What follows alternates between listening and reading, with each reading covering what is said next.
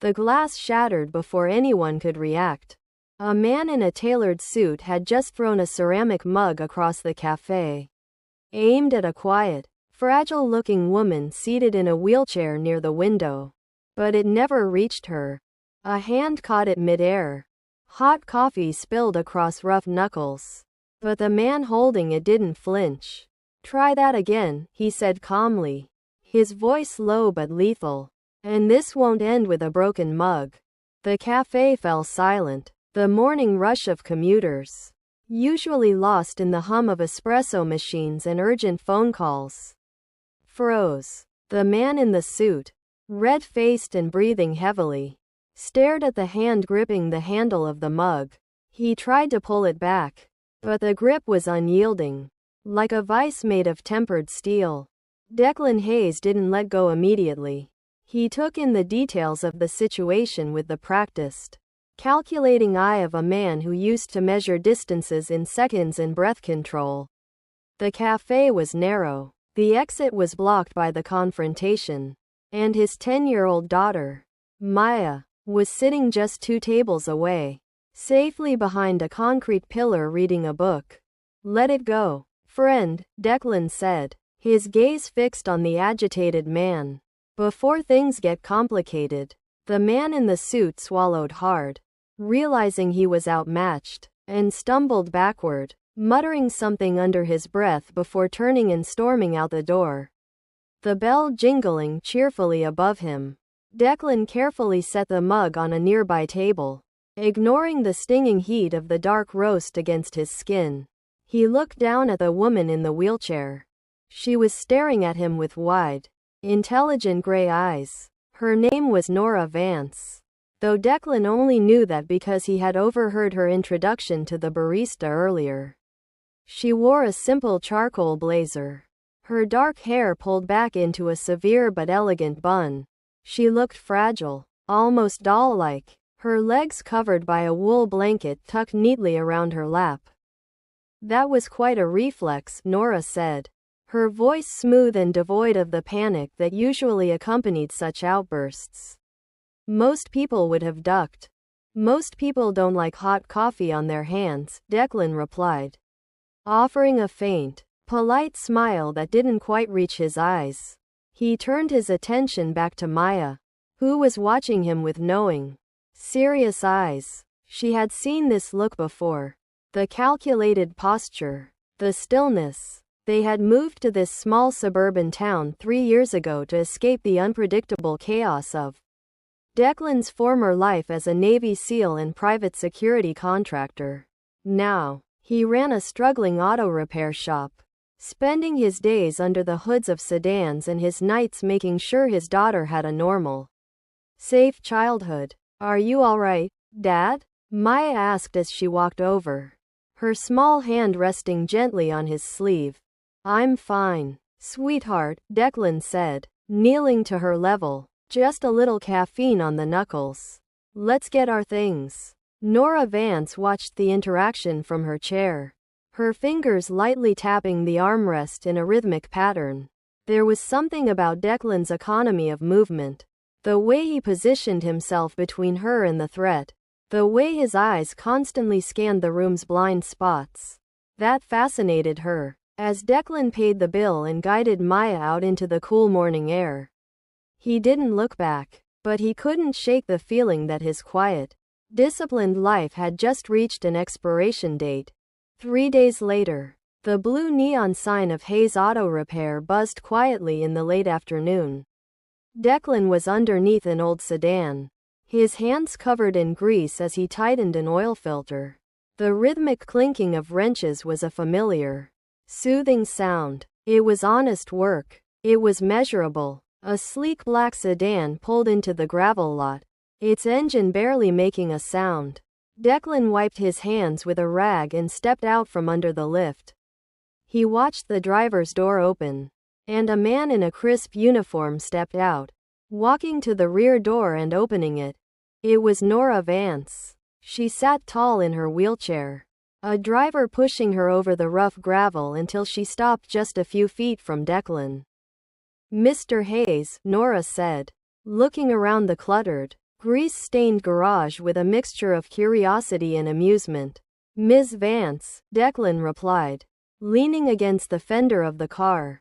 I didn't think you'd need your car serviced so soon. Usually, I'm the one coming to tow vehicles that break down. I'm not here for an oil change. Declan, she said, cutting straight to the point. I'm here because I need a man who knows how to spot a threat before it happens.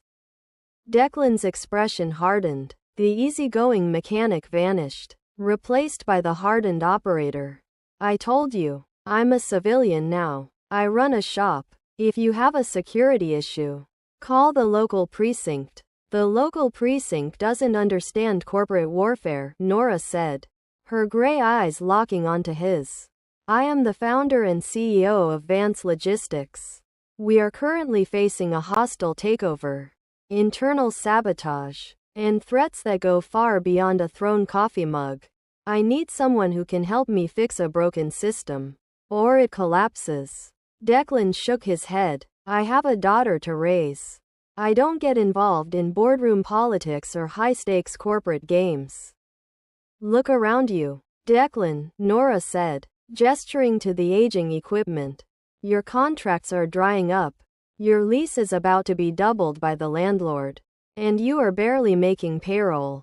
You think this is bad luck? It isn't. It's a calculated squeeze. And you're in the way. Declan felt a cold spike of adrenaline. He had noticed the sudden drop in business, but he had chalked it up to the economy. Now, looking at Nora's calm, calculated expression, he realized she wasn't bluffing. She had done her homework. The offer was as lucrative as it was dangerous. But it wasn't the money that made Declan hesitate.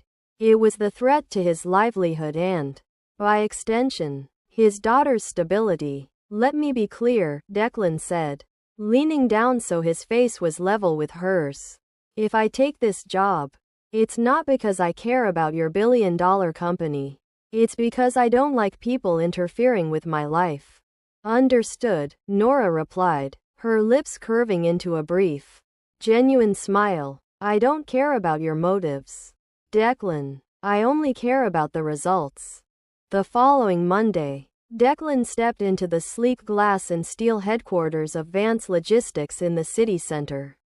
The transition was jarring. From the smell of motor oil and old coffee to the sterile scent of ozone and expensive cologne, the atmosphere felt entirely foreign. He wore a sharp, tailored navy suit that Nora had insisted upon, though he felt more at home in denim. As the director of operations for the regional pilot program, Declan was given a keycard and an office on the executive floor, just down the hall from Nora's. His primary task was to audit the logistics pipeline, which had been experiencing mysterious delays and lost shipments over the last 2 months. He sat at his large mahogany desk, reviewing the shipping manifests, when the door to his office swung open. A tall, impeccably dressed man with silver-flecked hair and a sharp, predatory smile walked in. You must be the new mechanic, the man said, leaning against the doorframe. I'm Richard Cale, Senior Vice President and Ms. Vance's partner. Declan Hayes, Declan said, standing up and offering a firm handshake. Cale's grip was limp, the touch of a man who spent his life shaking hands rather than doing heavy lifting. I've heard a lot about you, Cale said, his eyes scanning the room and then resting on Declan's tailored suit. I have to admit, I'm surprised Nora hired a blue-collar worker for an executive position. But I suppose she has her quirks. Just remember, Mr. Hayes, corporate logistics is a very delicate ecosystem. One wrong move, and the entire system collapses. I'd hate for a man of your limited background to make a mistake. Declan met Cale's gaze without blinking. I've handled more complex systems than a few delayed trucks, Mr. Cale. I think I'll manage. We'll see, Cale said with a soft chuckle, turning on his heel and walking away. As soon as the door closed, Declan began to dig deeper into the files. He accessed the company's internal servers, using the elevated administrative privileges Nora had granted him. It didn't take long to find the discrepancies. The delays weren't random. They were being initiated by a secondary routing protocol that diverted shipments to a secondary distribution center, one that wasn't authorized by Vance Logistics. The rerouting was being approved by an account under the name of Richard Cale. Declan leaned back in his leather chair, tapping a pen against the desk. It was corporate warfare at its finest. Sabotage from within, designed to make the pilot program look like a failure, thereby forcing Nora out of her own company. But Declan knew that knowing the truth was only half the battle. He needed proof that could stand up to a board of directors. And more importantly, he needed to make sure Maya was safe while he played this game. He called his trusted contact at a private security firm, asking for surveillance on Cale's movements over the past month. The response was fast. Cale had been meeting regularly with representatives from a competing logistics firm, Horizon Global. The pieces were falling into place. But Declan needed a strategic comeback. He couldn't just accuse the senior vice president without hard evidence. He had to set a trap. Later that evening, the heavy oak doors of the Hayes home remained locked and secured. Declan had installed reinforced deadbolts and a secondary alarm system, courtesy of his military connections. Inside the warm living room, Maya was curled up on the rug, working on a coloring book while Nora sat at the small dining table, reviewing financial documents with Declan. He's using the automated routing system to create these delays, Nora explained, pointing to a ledger on the screen. If he continues through the end of the month, we will default on the pilot contract, and the board will vote to replace me. He's overconfident, Declan said, making a cup of tea for them. He assumes you're paralyzed and unable to manage the day-to-day operations. And he assumes I'm just a mechanic out of my depth. Nora looked up at him, her gray eyes softening. You know, you don't have to stay here, Declan. The threats are real, but I can provide additional protection for Maya. I protect my own, Declan said firmly. But I will say, Maya seems to like having you around. She hasn't talked this much since we moved here. Nora smiled, a genuine warmth touching her features. She reminds me of myself at that age. Curious, relentless. The pressure mounted over the next few days. Declan received a notice from his bank that his business loan had been called in early. A clear attempt by someone in power to force his hand. At the same time, strange cars were seen idling near the auto shop during off hours.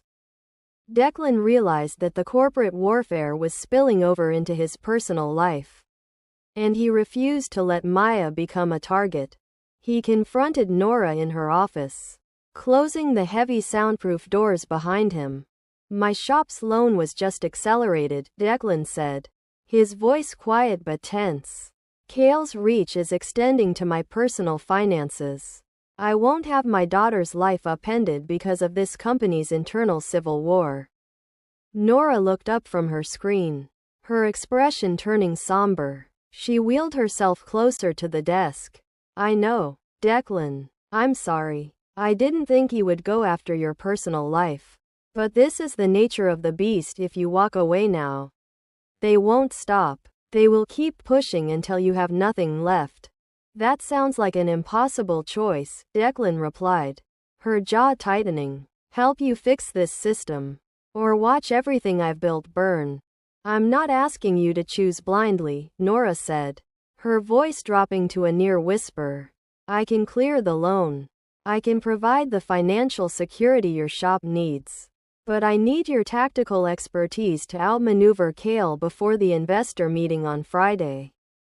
Declan stared at her, her mind racing. He weighed the risks, the potential consequences, and the safety of his daughter. He was a survivor, and survivors adapted. Fine, Declan said, but I have one condition. Absolute honesty. No more secrets about the data. No more hidden agendas. Nora nodded slowly. Agreed. No more secrets. But as Declan turned to leave the room, he caught the reflection in the glass of the window. Nora's hands weren't trembling. They were perfectly steady, holding a pen with a grip that required full, active muscle control. He didn't say anything, but a seed of doubt was planted in his mind. He pushed the thought aside to focus on the immediate threat: Friday's investor meeting. The next morning, Declan arrived at the distribution center early. He brought along his mechanic's tools. But instead of wrenches, he carried specialized diagnostic equipment designed to test the company's digital servers. He bypassed the main security network, using a backdoor he had discovered during his audit, and accessed the primary database. He found the file Cale had used to authorize the rerouting of shipments. It was a simple script, automated to trigger every Tuesday at 3 a.m. Declan downloaded the logs onto an encrypted drive, leaving a digital breadcrumb that would allow the system to trace the authorization back to Cale's private IP address. As he worked in the dim light of the server room, his phone buzzed. It was a message from Maya's school. She hadn't been picked up by the usual after-school program. Declan felt his pulse accelerate. He dropped the tool, his SEAL training kicking in. He didn't wait for the elevator. He took the stairs 3 at a time, bursting into the main lobby and sprinting toward his car. He dialed the school's number, but the line went straight to voicemail. His mind raced with worst-case scenarios, every past mission flashing through his mind. He arrived at the suburban elementary school within 10 minutes, the tires of his sedan screeching against the asphalt. He ran into the main office, out of breath, scanning the room. Maya was sitting on a bench, sipping a juice box, with Nora's driver standing nearby. Declan exhaled slowly, the tension leaving his shoulders. He walked over to them, kneeling beside Maya. "Are you okay, sweetheart?" Quote, "I'm fine, Dad," Maya said, smiling. "Ms. Vance sent her car because she said it would be safer. And we got to have ice cream after school." Quote, Declan looked up to the passenger seat of the black car parked outside, where Nora was watching through the tinted glass. She gave him a slight, reassuring nod. He stood up, his feelings a mixture of gratitude and growing suspicion. She was always one step ahead, anticipating his needs, controlling the board. The day of the investor meeting arrived, an overcast Friday morning that brought a cold drizzle to the city streets. The boardroom at Vance Logistics was a cavernous space of glass, polished marble, and expensive artwork, overlooking the gray skyline of the suburban metropolis. The atmosphere was electric with tension. Around the long mahogany table sat the board of directors, their faces stony and noncommittal. Richard Cale sat at the head of the table, his posture relaxed and confident, a smirk playing on his lips. Nora Vance sat at the far end of the table, her wool blanket neatly draped over her legs, her expression unreadable. Declan stood just behind her, his arms crossed over his chest, his suit fitting him like a second skin. The pilot program has seen a 30% drop in efficiency over the last month, Cale began, standing up and projecting his voice to the assembled board members. Shipments are delayed, distribution centers are out of sync, and the operating costs have spiraled. Ms. Vance's administration has proven unable to manage the complexities of modern logistics. Murmurs rippled through the room. The board members exchanged worried glances. "Mr. Cale," Nora said, her voice even and clear, "the pilot program has encountered temporary disruptions, but we have identified the root cause of the data discrepancies." "Oh, really?" Cale asked, raising an eyebrow with theatrical surprise. "And who discovered this? Your newly hired mechanic? I'm afraid running a garage doesn't translate to corporate governance." "Nora, let's find out," Nora said, gesturing to Declan. Declan stepped forward, Placing a tablet on the central display console, he connected it to the main screen, bringing up a complex network of data streams and server logs. Over the past 2 months, Declan began, his voice calm and authoritative. The system was manipulated to divert shipments to an unauthorized third-party facility. This was done to artificially inflate operating costs and delay the pilot program's rollout.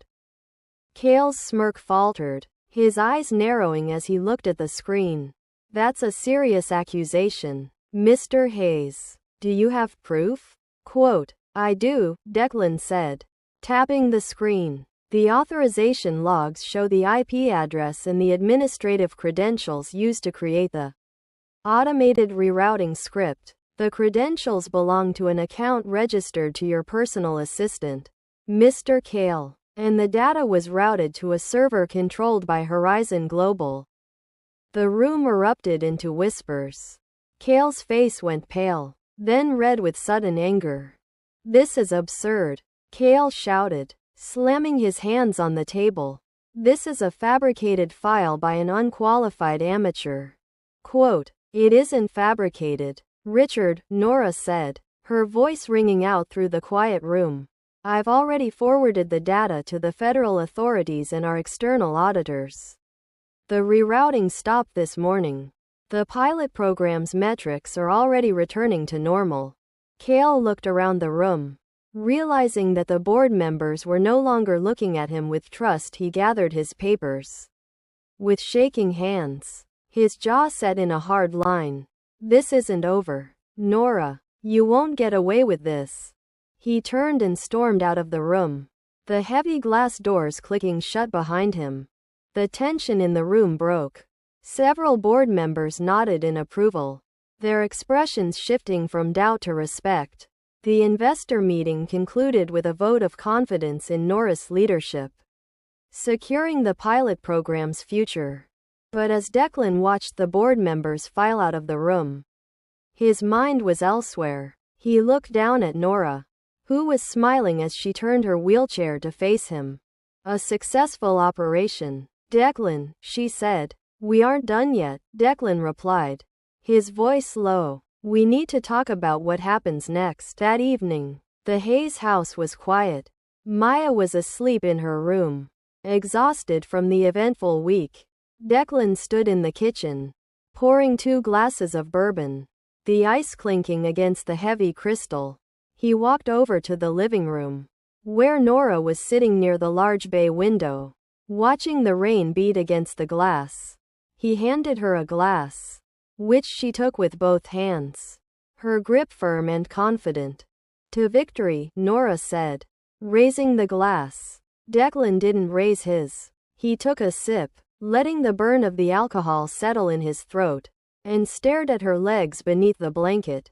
You're not paralyzed, Declan said, his voice quiet, almost conversational, but filled with an undeniable weight. Nora paused. She didn't flinch, nor did she look surprised. She slowly lowered her glass to the small coffee table. No, she said, her voice soft but steady. I'm not. Declan set his own glass down and leaned against the counter. His eyes locked onto hers. I've seen how you hold your pen. I've seen the way you sit. How your muscles don't atrophy. How your reflexes are perfectly intact when you reach for a document. How long? Quote, since the accident 5 years ago, Nora said, her eyes meeting his. I suffered a spinal injury, but I recovered after 6 months of intense physical therapy. I kept the wheelchair because it became a shield. Declan, in the corporate world, people underestimate a woman in a chair. They tell me things they wouldn't tell me if I was standing. They reveal their greed, their arrogance. Declan shook his head, a mixture of anger and admiration running through him. You manipulated everyone. You used your own company as a testing ground for loyalty. Yes, Nora admitted, her gray eyes shining with an intense, raw honesty. I needed to know who was loyal to the company and who was looking out for themselves. Cale failed the test, the others failed the test. And what about me? Declan asked. taking a step closer. Was I just another test? Quote. Nora looked up at him, her expression softening into something vulnerable and genuine. She reached out and placed her hand over his rough, scarred knuckles, the same knuckles that had caught the coffee mug days ago. No, Declan, she said, her voice trembling slightly. You weren't a test. I didn't expect to find someone who would protect me without knowing who I was. I didn't expect to feel this. Declan stared at her, the silence stretching between them. He felt the warmth of her hand, the strength in her grip. He recognized the same resilience in her that he had fought so hard to maintain in himself. He didn't pull away. Instead, he knelt beside her chair, looking into her eyes. Kale is gone, but the world we live in is still dangerous. Then we face it together, Nora said, her fingers tracing the scar on his hand. I'm done hiding behind the blanket. Declan, I'm ready to stand up. If you'll be there with me. Declan smiled, the last of his hardened defenses finally dropping away. He leaned in and kissed her, the storm outside fading into the background. 6 months later, the auto shop was bustling with activity. But Declan was no longer working alone. He had hired 3 new mechanics and a manager to oversee the daily operations. In the center of the town's quiet park, a small crowd of family and friends gathered under a white canopy decorated with white roses and green vines. Maya stood in the front row, wearing a beautiful blue dress, smiling broadly as she held a small basket of flowers. Declan stood at the altar, wearing a perfectly tailored dark suit. He turned as the classical music swelled and the wedding march began. Nora Vance walked down the aisle, her hand resting on the arm of her father.